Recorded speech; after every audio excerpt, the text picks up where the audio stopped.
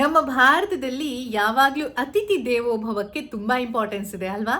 ನಾವು ನೀವು ಪ್ರತಿಯೊಬ್ಬರು ಕೂಡ ಮನೆಗೆ ಅತಿಥಿಗಳು ಬಂದರೆ ಅವರನ್ನು ಸ್ವಾಗತಿಸುವಂತಹ ಪರಿಯೇ ಬೇರೆ ರೀತಿಯದ್ದಿರುತ್ತೆ.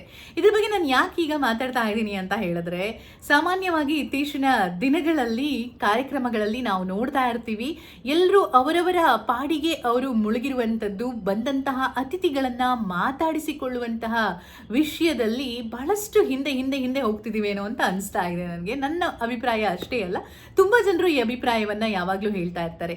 ಯಾಕೆ ಹೀಗೆ ಮನೆಗೆ ಬಂದವರನ್ನ ಮಾತಾಡಿಸೋದು ನಮ್ಮ ಸಂಸ್ಕಾರ, ಅದೇ ರೀತಿ ನಮ್ಮ ಕಾರ್ಯಕ್ರಮಕ್ಕೆ ಬಂದವರನ್ನ ಕೂಡ ಮಾತಾಡಿಸೋದು ನಮ್ಮ ಸಂಸ್ಕಾರ ಅಲ್ವಾ? ನಾವು ತುಂಬ ಗ್ರ್ಯಾಂಡ್ ಆಗಿ ಮದುವೆ, ಗೃಹ ಪ್ರವೇಶ ಅಥವಾ ಬೇರೆ ಎಲ್ಲ ಕಾರ್ಯಕ್ರಮಗಳನ್ನು ಮಾಡ್ತೀವಿ. ಬಂಧು ಮಿತ್ರರು ಬರಬೇಕು ಅಂತ ಅವರಿಗೆ ಇನ್ವಿಟೇಷನ್ ಕೂಡ ಕೊಡ್ತೀವಿ. ಅವ್ರು ಬರಲೇಬೇಕು ಅನ್ನೋದು ನಮ್ಮ ಆಸೆ ಆಗಿರುತ್ತೆ. ಏನಾದರೂ ಜನ ಕಮ್ಮಿ ಅಂತ ಅನಿಸಿದ್ರು ಅಥವಾ ಹೇಳಿದವರೆಲ್ಲ ಬರಲಿಲ್ಲ ಅಂತಂದರೆ ಬೇಜಾರು ಮಾಡ್ಕೊಂಡು ಬಿಡ್ತೀವಿ. ಆದರೆ ಬಂದವರನ್ನ ಎಷ್ಟು ಚೆನ್ನಾಗಿ ಉಪಚಾರ ಮಾಡ್ತಿದ್ದೀವಿ ಅನ್ನೋದು ಕೂಡ ಮುಖ್ಯವಾಗುತ್ತೆ ಅಲ್ವಾ? ನಾವು ನಮ್ಮದೇ ಲೋಕದಲ್ಲಿ ಮುಳುಗಿದ್ರೆ ಬಂದಂತಹ ಅತಿಥಿಗಳನ್ನು ವಿಚಾರಿಸ್ಕೊಳ್ಳೋದು ಯಾರು? ಇನ್ನು ಕೆಲವರಿಗೆ ಪ್ರಾಬ್ಲಮ್ ಇರುತ್ತೆ, ಅಯ್ಯೋ ನನಗೆ ಬಂದವ್ರನ್ನೆಲ್ಲ ಮಾತಾಡಿಸೋದಕ್ಕೆ ಸಂಕೋಚ ಅಂತ. ಹೌದು, 50% ಜನ ಈ ಸಂಕೋಚದ ಕ್ಯಾಟಗರಿಯಲ್ಲಿ ಬರ್ತಾರೆ.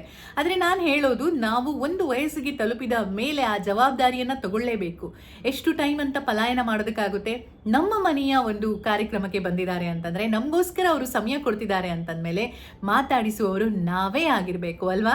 ಇನ್ಯಾರೋ ಮಾತಾಡಿಸ್ತಾರೆ ಅನ್ನೋದಕ್ಕಿಂತ ನಾವು ನಗುಮುಖದಲ್ಲಿ, ಓ ಈಗ ಬಂದ್ರ, ಖುಷಿ ಆಯಿತು ನೀವು ಬಂದಿದ್ದು, ಊಟ ಮಾಡ್ಕೊಂಡು ಹೋಗಿ ಅನ್ನುವಂತಹ ಮಾತುಗಳು ಎಷ್ಟು ಖುಷಿ ಕೊಡ್ತವೆ ಅಂತಂದರೆ ಬಂದವರಿಗೂ ಸಹ ನಾನು ಬಂದಿದ್ದಕ್ಕೂ ಸಾರ್ಥಕ ಆಯಿತು ಅಂತ ಅನಿಸುತ್ತೆ. ಆ್ಯಂಡ್ ಕೆಲವರಂತೂ ಅದರ ಗೋಜಿಗೆ ಹೋಗೋದಿಲ್ಲ.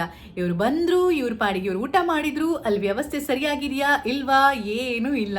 ಹಾಗೆ ಹೋದವರಿಗೂ ಸಹ ಅಯ್ಯೋ ಯಾಕಾದರೂ ಬಂದು ಈ ಫಂಕ್ಷನ್ಗೆ ಇದ್ದ ಬದ್ದ ಕೆಲಸ ಎಲ್ಲ ಬಿಟ್ಕೊಂಡು ಅಂತ.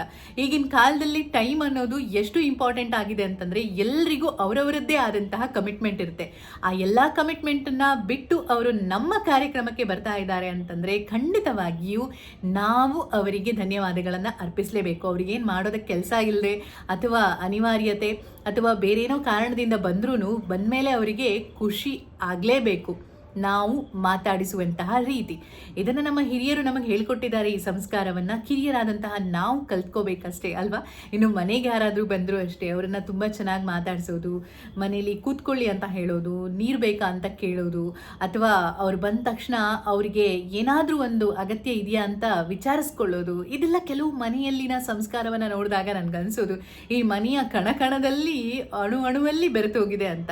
ಮೊದಲೆಲ್ಲ ಒಂದು ಸಾರ್ಥಕ ಮನೆಯ ಲಕ್ಷಣಗಳು ಅಂತ ಬೋರ್ಡ್ ಹಾಕ್ತಿದ್ರಲ್ಲ, ಅದರಲ್ಲಿ ಆದರಾತಿಥ್ಯವೇ ಮನೆಯ ವೈಭವ, ಸಂತುಷ್ಟ ಗೃಹಿಣಿಯೇ ಮನೆಯ ಲಕ್ಷ್ಮಿ, ಧಾರ್ಮಿಕತೆಯೇ ಮನೆಯ ಕಳಶ ಅಂತ.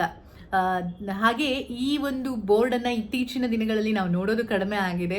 ಆದರೆ ಬೋರ್ಡ್ ಇಲ್ಲ ಅಂತಂದ್ರೂ ಪರವಾಗಿಲ್ಲ, ಮನೆಗೆ ಬಂದವರಿಗೆ ಆತಿಥ್ಯ ಮಾಡೋದು ಮಾತ್ರ ತಪ್ಪಿಸಬಾರ್ದು ಅಲ್ವಾ? ಮನೆ ಎಷ್ಟು ದೊಡ್ಡದಾಗಿದ್ದರೆ ಏನು ಪ್ರಯೋಜನ? ಮನಸ್ಸು ಚಿಕ್ಕದಾಗಿದ್ದರೆ ಮನಸ್ಸು ದೊಡ್ಡದಾಗಿರಬೇಕು ಮನೆಗಿಂತ, ಏನಂತೀರಾ? ಸರಿ, ಹಾಗಿದ್ರೆ ಇಂತಹ ಒಂದಿಷ್ಟು ವಿಚಾರಗಳ ಜೊತೆ ಮತ್ತೆ ಮತ್ತೆ ಸಿಗ್ತಾ ಇರ್ತೀನಿ. ನಮಸ್ಕಾರ.